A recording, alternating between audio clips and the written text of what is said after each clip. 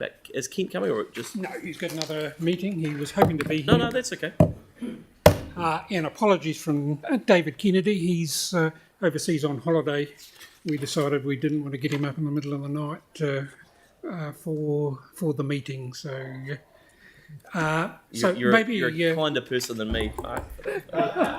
No, good. It's good to have you here. So maybe we'll just take the report as read, and if we have a look at the drone footage, then I'll just point out a couple of things out of the report. So quite lucky to actually get the drone footage.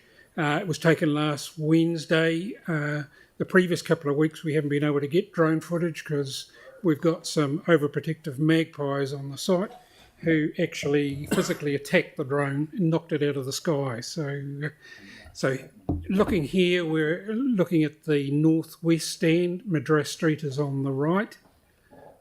You can see there that they've now got the precast concrete plats there for the seats to sit on. Steelwork is progressing well there. The roof, you can see there, the purlins are to the coaches and the media boxes up on the 4th floor. And as we come round, you can see just the brown frames there. Those are the frames that are actually supporting the roof trusses. You can see there's one of the sections of the roof trusses they put in 3 sections. One section is sitting on those towers, and then they will put another section on this other side, and then they drop the middle section in the middle. Across the arena, there's 4 of those large towers. So this is the first one that they're putting in. And once they've got those towers in, then they pull those towers along to the next truss. So we're now coming up to Churum Street. You can see there they're starting to put some of the roof purlins. That's the members going across that the roofing will fix to. We're looking at getting the roofing loaded on end of the month. So they'll start putting some roofing on the southern end next month, and we'll also start the facade cladding in the south stand as well. So now moving around, you can see that first section of that truss going across there. It's held in place until it's all welded and bolted. Moving now round to the east end, Barbados Street on the right. Once again, you can see the seating plats there that we'll be fixing the seating to. And on the ground there, you can see the white frame there is the next frame that they're fabricating ready to lift up onto those frames. So those frames, just to give you an idea, they're about 15 metres high, so they're very sizable structural elements. Coming around to the north end and looking back there, you can see the stadium is really taking shape there now, and it's really making good progress. Just as I do note in the report, we are at the most challenging part of the project now. We are on program and on budget, but the roof is going to be where it's going to make or break the job, whether they keep to the program. So it is a challenge. The first part took longer than they were expecting, but they have, like they have when they did the actual radial truss columns, as you do more of them, you learn from your mistakes, if you like. And so they're putting that in place to the lessons learned, and they're confident they can make the overall completion. But as I say, it will be a challenge. Yeah, great. Okay. Hey, just a couple of other things just out of the report. So there is nothing that we really need to tell you about. And on the 29th, we're looking at having a briefing, just giving B6 Wattpack's sustainability report. And also the exciting thing is we're going to release the cultural narrative designs for the facade and for the seating bowls. So we'll have the Naituhariri artist will be there, and she can explain her designs. They will look really great. Brilliant. Hey, thank you very much for that. We've got a couple of questions.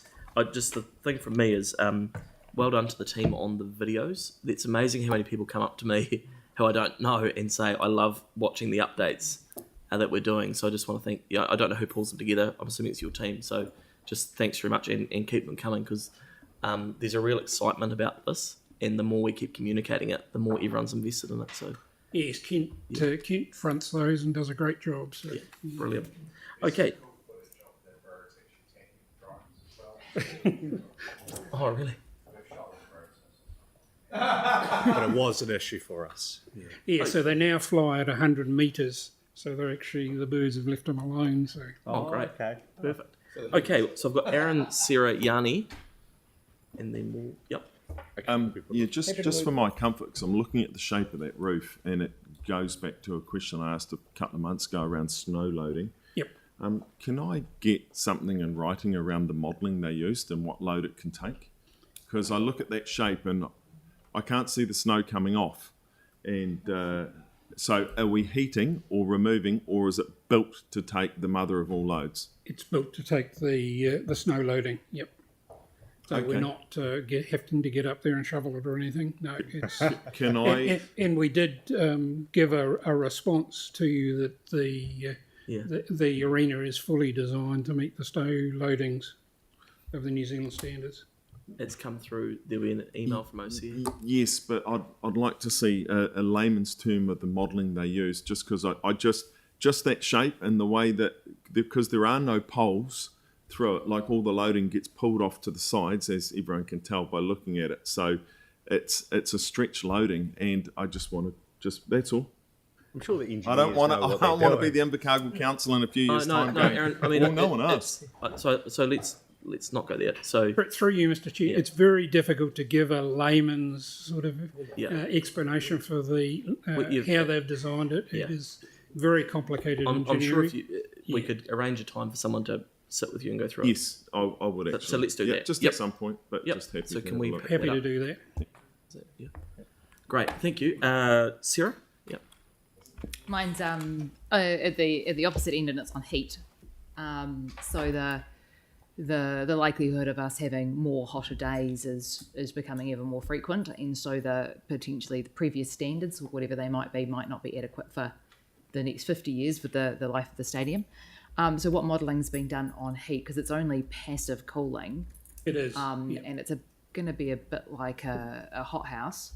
So what modelling's been done? What are the expected temperatures on, for example, a 25-degree day on the grass, halfway up and at the top kind of thing? That's modelling that's been done? Through you, Mr. Chair, I think the overall from memory was about 2 degrees hotter than the temperatures outside is what they're actually designed for. It does have louvers that will open, but On the roof, though. but it's not air conditioned. It is a ventilated stadium. Could we get some of that detail over the heat and what's expected and things like? So you're saying that it's likely to be 27 degrees on a 25-degree day, Yep, but that'll vary depending on how high you are and stuff too, and whether you're in the sun. it will be. If we could get that detail through, that'd be great. Yep, and the timing of if you're having the games at night, then the temperature hopefully is dropping. But yeah. Yeah. Okay. Yeah. So so the question's been asked. Let's not design the temperature specs here, but we can get some information back on that. Yanni. Thank you. Several questions. One is, thank you for making reference to triangle steel construction. I was just wanting to just understand what sort of due diligence is being done on subcontractors, given that the I think it was said that one of the directors was had a criminal conviction record of 1,160 convictions and over 1,000 jail sentences. So, yeah, I guess I'm just trying to understand.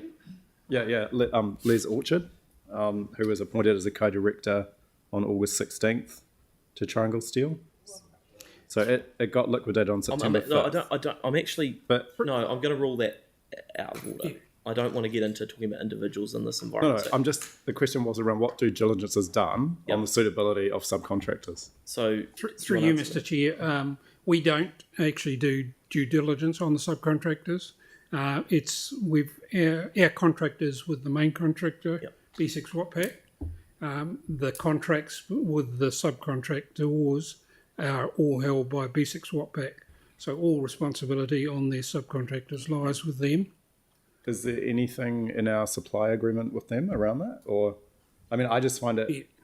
you know, I mean, Okay, so if you've got another question, I'm keen to move on from that one. yeah, is there any safeguards that we have around The question's reputational? been asked and answered, Yanni. So if you've got a different question, Sorry, is the answer no? no, the answer is we don't procure it. Yeah, I'm not sure how many times Mark can say it. So have you got a different question, or I'm going to close it? Yeah. So the other question I had was around the liaison group, the regular meetings, and that seems like a really good model, and I presume that's working well. I was thinking of whether there was any lessons learnt from that we could use for the wastewater treatment plant project, and just wondering in terms of what the attendance has been like at those meetings. And how often. Through you, Mr. Chair, the attendance is very low, we'd have to say. We probably only get a handful of people at each meeting, which I guess is positive in itself because they don't have any concerns. The people coming often are coming for an update rather than raising issues. So Yeah, and is there a letterbox drop that's done to the community? There is. Before each one. There is. Yeah, Yep. and just Just on that, I mean, I know I've had people contact me with different things, and Mark, David, and the team are pretty quick to go back to them. So it's, yeah, and well done on that. That's really cool. And then I was just wondering, and maybe it's more a question for Venues Aotearoa, but previously they've said that they're looking at some sort of music venue. Is that being incorporated into the design? And is there a process by which we'll get an update on the balance of precinct that we've bought, but that isn't part of the actual stadium construction? through you, Mr. Chair, yes, that is all totally with Venues Aotearoa. The actual arena is designed as a multi-use arena, so it is designed for concerts as well as sporting events. But the actual the events and the activation of the wider precinct is with Venues Aotearoa and rec sports and events. Right, but this was more around having a. So the answer has been it's with Venues Aotearoa who are in here after morning tea. So have you got a different question? Because I'm keen to move. Yeah, this. but in terms of the actual build, Yeah. my understanding was there was going to be a discrete facility for hospitality around, like, not just the main stage, but actually something in the building itself.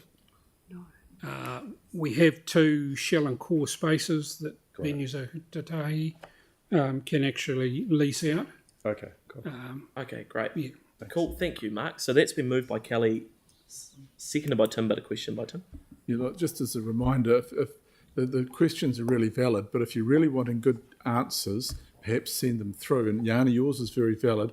How about you send the question through to VO prior to them coming, so there's nothing as a surprise. It's a really good practice to have for councillors. Okay, so we're nearly there. We've been doing so well all morning. So that's been moved and seconded. So all in favour? Against, that's carried. Thank you very much, Mark. That's much appreciated. So let's break now for morning tea, and then we'll come back and Melanie will take up